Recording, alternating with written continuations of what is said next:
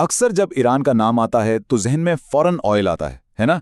लेकिन क्या हो अगर ईरान की असल ताकत, उसकी असल इन्फ्लुएंस ऑयल है ही नहीं, बल्कि कुछ और है, कुछ ऐसा जिसे हम अक्सर नज़रअंदाज कर देते हैं, और ये एक बहुत बड़ी स्ट्रेटेजिक गलती हो सकती है।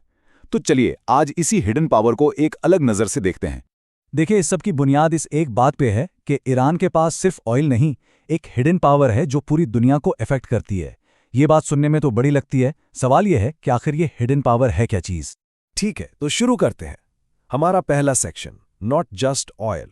यहां हम उस रिवायती सोच को देखेंगे कि किसी भी मुल्क की ताकत उसके कुदरती वसाइल से जुड़ी होती है। अगर आप पिछले कई दहाइयों को उठाकर देखें तो ईरान की ग्लोबल इन्फ्लुएंस को नापने का सिर्फ एक ही पैमाना था, उसके ऑयल रिजर्व्स। बात चाहे ग्लोबल मार्केट्स की हो या अहम पॉलिटिकल मीटिंग्स की, हर चीज़ आखिर में ऑयल पर आकर रुक जाती थी।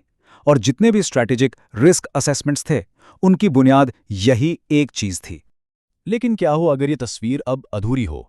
और यही चीज़ हमें हमारे अगले सेक्शन पर ले आती है, थिंक अगेन। मतलब वक्त आ गया है कि हम अपने स्ट्रैटेजिक मफरूज़ों यानी अजम्पशंस को दोबारा से जांचें। तो यहाँ एक बुनियादी सवाल उठता है जो हमारे सारे इकोनॉमिक मॉडल्स को चैलेंज करता है। अगर हम आज भी यही मानकर बैठे हैं कि ताकत का मुस्तकबिल सिर्फ और सिर्फ ऑयल है, तो हमें कहा जा रहा है सोचिए दोबारा। ये एक बहुत सादा सा चैलेंज है, लेकिन इसके असरात बहुत गहरे हैं, खास तौर पर उन लोगों के लिए जो स्ट्रैटेजिक प्लानिंग करते हैं। तो ये जो बदलाव है ना, इसको हम इस तरह देख सकते हैं। एक तरफ तो है पुरानी सोच कि पावर का मतलब है ऑयल रिजर्व्स, एक ऐसी चीज़ जिसे आप बैरल्स में गिन सकते हैं, नंबर्स में कैलकुलेट कर सकते हैं। लेकिन दूसरी तरफ है एक नई हकीकत, जहां पावर का मतलब है हिडन इन्फ्लुएंस, एक ऐसी ताकत जिसे नापना, क्वांटिफाई करना बहुत मुश्किल है, लेकिन शायद ये पहले से कहीं ज्यादा असर रखती है। तो फिर ये नया खेल है क्या? चलिए देखते हैं हमारे आखिरी सेक्शन में, the new game of hidden power. Global strategy में आने वाली इस बड़ी तब्दीली को समझना बहुत जरूरी है। तो सबसे अहम बात यही है, ये पुराने मॉडल्स अब काम क्यों नहीं कर रहे? क्योंकि जैसा कि यहां कहा गया है, क्योंकि गेम अब चेंज हो रहा है। ये इस बात का इकरार है कि अब असर व रसूख के पुराने कवानीन ग्लोबल स्टेज की पूरी तर्जुमानी नहीं कर सकते। तो आइए इसके स्ट्रेटेजिक इम्प्लीकेशंस पर बात करते हैं। इस सब का मतलब क्या है? सबसे पहली बात तो यह है कि हमारे जो रिस्क मॉडल्स हैं, उन्हें अब ऑयल और गैस जैसी कमोडिटीज से आगे देखना होगा, सिर्फ इन पर डिपेंड नहीं कर सकते।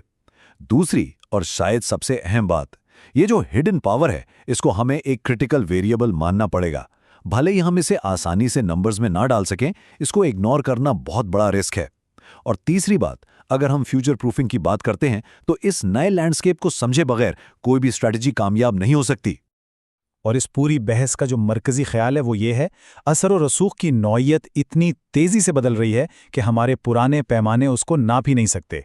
अब वो चीज़ें सबसे ज़्यादा अहम होती जा रही हैं जिन्हें आसानी से गिना नहीं जा सकता। तो जाते जाते एक अहम सवाल छोड़ जाते हैं।